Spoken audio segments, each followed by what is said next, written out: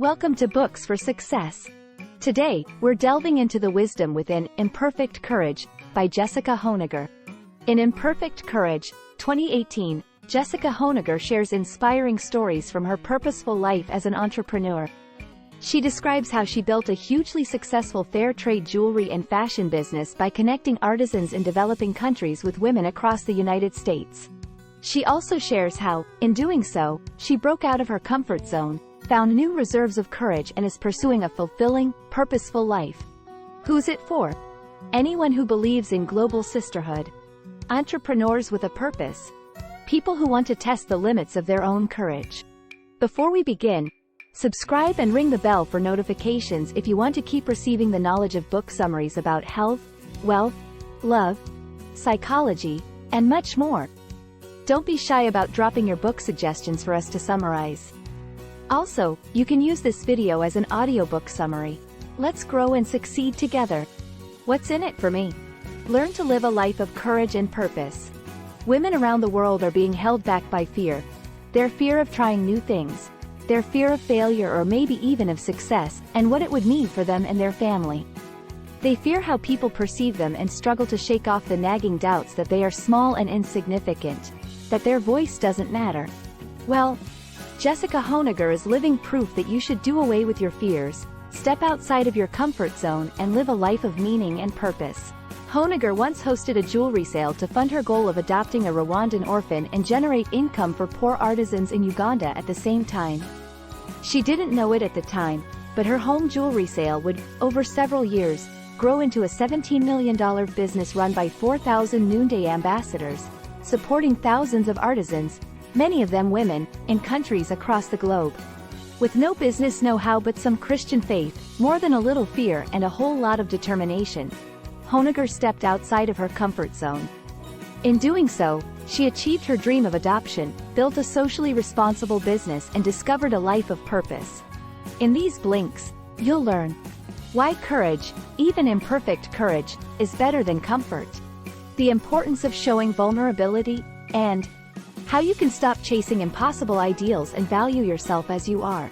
The author found her courage and launched Noonday while pursuing a dream of international adoption. Jessica Honegger never intended to start Noonday, her jewelry and fashion business. It all kind of happened by accident. What she initially intended to do was adopt a child.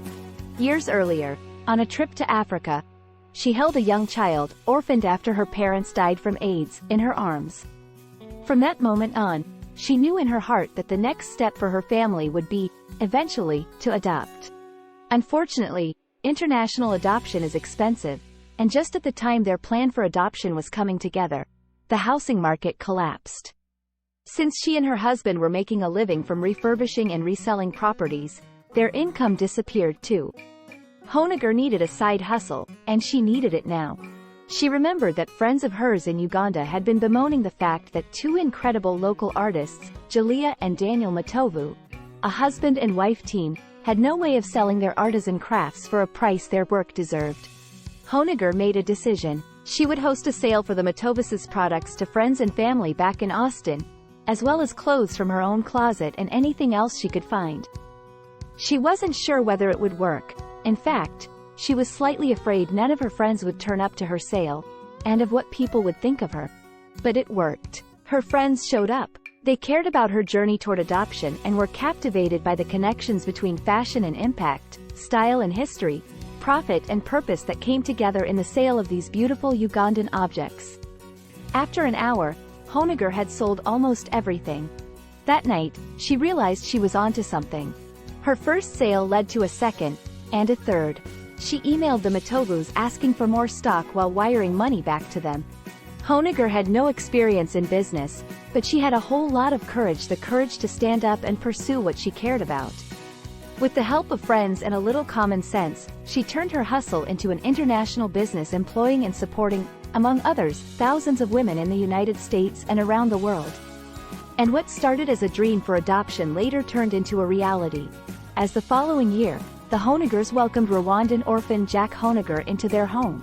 Choosing courage is a better option than comfort. For those of us from privileged backgrounds, comfort is an easy option. Staying in your comfort zone is, well, comfortable. For most of us, settling in on the couch to binge-watch Netflix while sipping a warm tea or glass of wine sounds like an ideal plan. It brings a sense of safety, security, comfort and the nice feeling that things are all right. After all, not much can go wrong during a Netflix binge.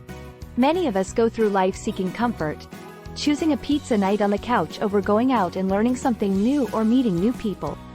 It seems we can't get hurt by staying in and sticking with what's familiar. But what does this comfort really offer us? A boring life, in which we have no impact and live in a spiritual void. A better approach is to choose courage, not comfort. For the author, courage had always meant complete fearlessness. Courage evokes thoughts of Martin Luther King Jr., who stood up for what he believed in, despite facing threats to his life. Or of the firefighters who ran toward danger on 9/11, while everyone around them ran away from it.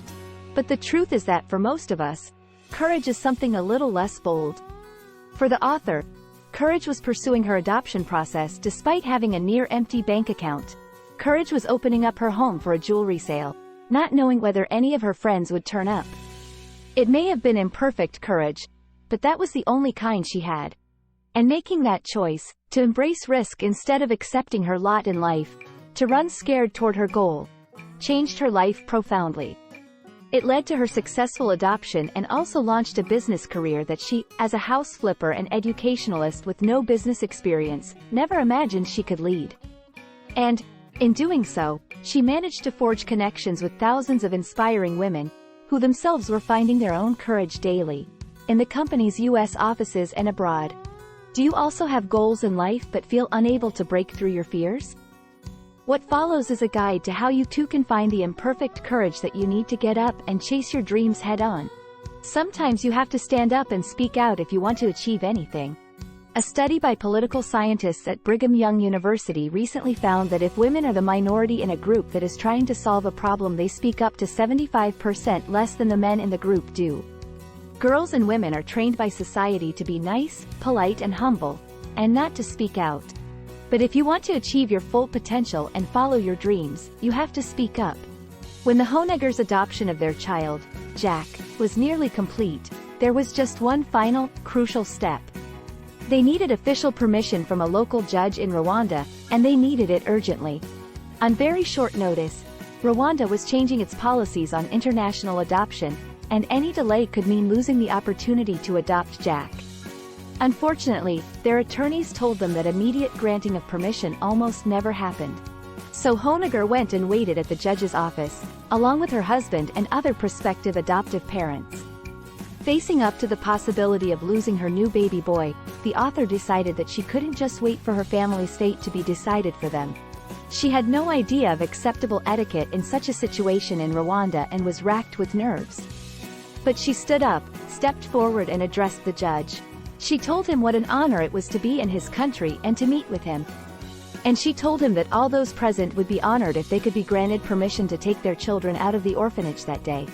To the shock of the attorneys and the judge's staff, he acquiesced. Everyone's adoptions were approved that day. If Honegger hadn't had the courage to stand up and speak out, the process could have dragged on and all the scheduled adoptions would have been in jeopardy. Whenever Honegger is tempted to keep quiet, she thinks back to that moment and is reminded of the power of embracing her fear, standing up and speaking out. So if you ever find in life that you have a nagging feeling in your gut and that you should stand up and say something, then listen to it. Respond to those thoughts and don't let your fear hold you back. There is a world of opportunity out there if you're willing to stand up, step out and reach for it. It's important to value your own worth, instead of constantly chasing an impossible dream. When Honegger was a schoolchild, she hated sports. In particular, she hated one exercise in gym class. A teacher would hand one end of a rope to Honegger and the other end to one of the fastest kids in school. The other kid was told to run off at her normal pace, and Honegger just had to try and keep up. Sweating and panting, she'd chase around, desperately trying to maintain the pace. It was a miserable experience, but sadly one that millions of women are replicating every day. Too many women have internalized the idea that they need to keep up with others. This is particularly true when it comes to body image. One international study showed that 98% of women want to change at least something about their physical appearance. So unless you are one of the incredibly lucky 2%, chances are that you are chasing what you believe is a better version of yourself, instead of loving who you are. So how can we get better at embracing our true worth? First, take a global perspective. In the United States, thinness is highly prized. According to the author, though, many African women regard big hips as beautiful, because they show you are living a life of plenty. And, she says, many Latin Americans value gold front teeth as both beautiful and a sign that you can afford dental treatment. So whatever your imperfections are, from frizzy hair to a little extra cushion on your bones, remember that there is a culture somewhere that values these traits as beautiful. Recognizing that standards are subjective is one thing. Another challenge is to speak and think kindly to yourself. One practical way to get better at this is to reconsider the labels you attach to yourself and to others. If you call yourself unstylish, change that to I'm a person who struggles with style sometimes. If you find yourself saying I'm flat-chested, say instead that you are a person who has smaller breasts. Why? Well, you may struggle with style, your breast size, your weight, or any number of your features of traits, but this does not define you. Put yourself, as a whole person with dignity, at the center of your own conversation. Accepting vulnerabilities can have a powerful impact. We all have parts of ourselves, particularly those parts that contain our fears and anxieties, that we prefer to keep to ourselves. The thing is, it's only when we share those parts that we can truly connect with others, invite support, empathy and compassion, and build true and meaningful relationships. It's not always easy to reveal our vulnerabilities, but doing so can have a powerful effect. It could even be a life changer, as in the case of a young Ugandan girl named Hope.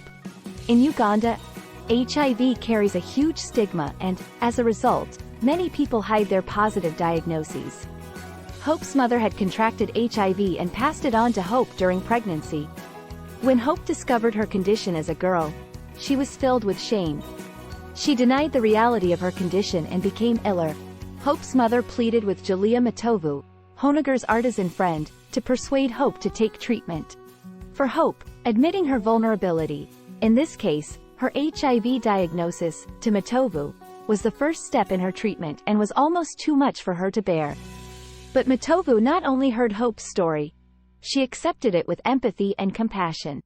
Hope's sense of shame disappeared, and she learned that owning her vulnerability was the only way she could emerge from her pain. Today, Hope lives like someone with nothing to be ashamed of. In treatment, and open about her condition, she is both happy and healthy. Early on in Honegger's journey, she also spent a lot of time hiding her vulnerability. Her anxiety that when it came to business, she wasn't the real deal.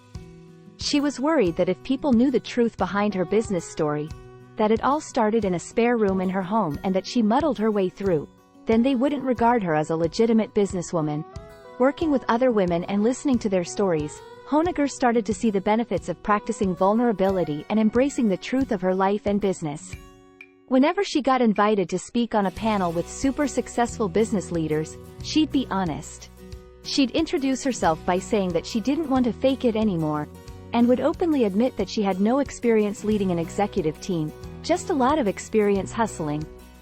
And the more open she was about her vulnerabilities, the more she experienced true connection with other people, because she was able to show her whole, true self. Try it yourself and embrace your own vulnerabilities. After all, what is a more valuable thing to share than the reality of who you are? All women will benefit from treating each other with compassion, not judgment, and building a sisterhood. Have you ever encountered another woman in a store, at the beach, or in a cafe and judged her? Perhaps because she looked more attractive and thinner than you, you resented her at that moment? Or maybe because her kids were misbehaving, you felt a little disdain for her parenting? Honegger once found herself in such a situation in a shoe store. Another woman was shopping while her children were causing a fuss, making noise and crashing into displays. But as Honegger found herself slipping into judgmental thoughts, she remembered that, on a different day, this could have been Honegger herself, with her own kids. So instead of judging, she started to play with one of the children. She also started talking with the mom, who said she had recently moved to Texas from Egypt. The mom, Honegger realized, was doing her best, struggling with everyday tasks while adjusting to a new life.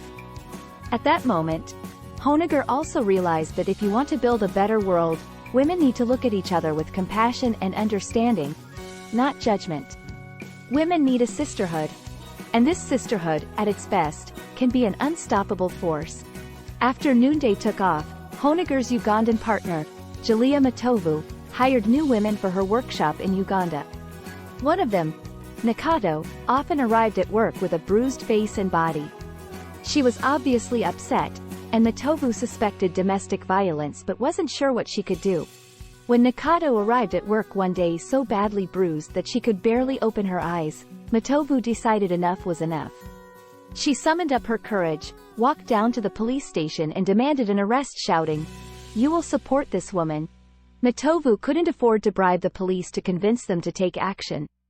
But what she lacked in money, she made up in sisterly tenacity. So she resolved to go to the police every day until they did something. Day after day, she arrived, until eventually, the police could no longer ignore her. Thanks to Matovu's efforts, Nakato's husband was arrested and sent to jail. This just goes to show that when sisters decide not to stand back, but to stand up for one another, they can achieve great things. Just because you can't do everything to improve the world, don't let that stop you from doing something. We all know that there are many problems in the world, from girls' education in rural Africa to urban poverty in the United States. But sometimes, the scale of the challenge can be intimidating. It can seem impossible to solve the world's problems, so we stay focused on our immediate surroundings, our work, our friends and our family. But the truth is, just because you can't make a big contribution doesn't mean you can't do anything at all. A few years ago, a friend of Honegger's, Dee, welcomed Ugandan teenager Rachel to her home. Rachel required major brain surgery, and while a charity had organized a medical evacuation from Rwanda to a hospital in Texas, she would need a local foster family to take her in and look after her following the surgery. As a busy mom, Dee didn't have much time or money, but she had a big heart and volunteered to help. Dee had never met Rachel before, but she spent nights by her side in the hospital. She took her home, bathed her, nursed her and was her friend and foster mother for 18 months. During this time, Honegger herself was particularly busy with work commitments, and she felt a little guilty that she couldn't do much to help Dee. One day, while grocery shopping, Honegger realized that just because she felt unable to make a large contribution, she could still help. She loaded up her cart with groceries and goodies and dropped them off at Dee's house. From then on, she just kept doing the same, week in, week out. This story reminds us that even if we can't all do big, incredible deeds, such as what Dee did, there is always something we can do to help make the world a better place. So what can you do? You don't have to turn your world upside down. Think about how you could make a small adjustment to your current life that would have an impact in the world. For example, if you are a photographer, why not help out Heart Gallery, an organization that takes and showcases compelling photo portraits of adoptable children to help them find parents? If you are an accountant, you could choose a local charity and help it get its accounts in order. Whoever you are, whatever you do, you have the power to make a difference in our world. Use it.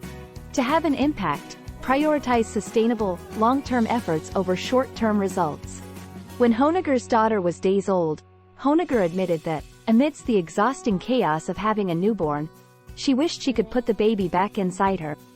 Her doctor told Honegger to give the baby to her own mother and get some sleep. 5 hours later, Honegger felt better. The challenge of motherhood was still a large one, but it felt more manageable. You can't always be available for others. Eventually, you will simply burn out. It's essential to dedicate some time to taking care of yourself, so here are some practical tips for avoiding burnout to make sure you pace yourself and take the occasional break. First up is meditation. For Honegger, meditation is simply about spending 10 minutes affirming her value in front of God. She has found a mantra that she repeats to herself until she believes it, saying, "In your presence, I have nothing to change, fix or prove."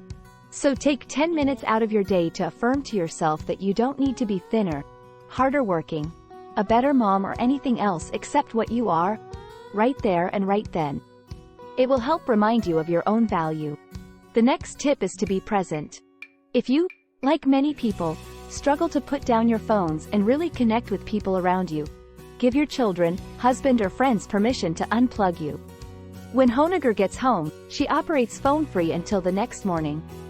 And if she gets caught breaking the rule, her children have permission to hide her phone. To date, they've only forgotten where they hid it once. Finally, celebrate effort. When Honegger talks to her noonday ambassadors on Facebook Live and asks what there is to celebrate, she's not looking for results. She wants to hear about the new girl who pushed through her fear to lead her first sale, or the teammate who made the bold decision to miss out on short-term sales in order to properly recover from an illness. Effort is worth celebrating because it's effort that, in the long run, brings results. There's no point in getting to where you want to go in life if, when you arrive, you aren't in one piece. So take care of yourself.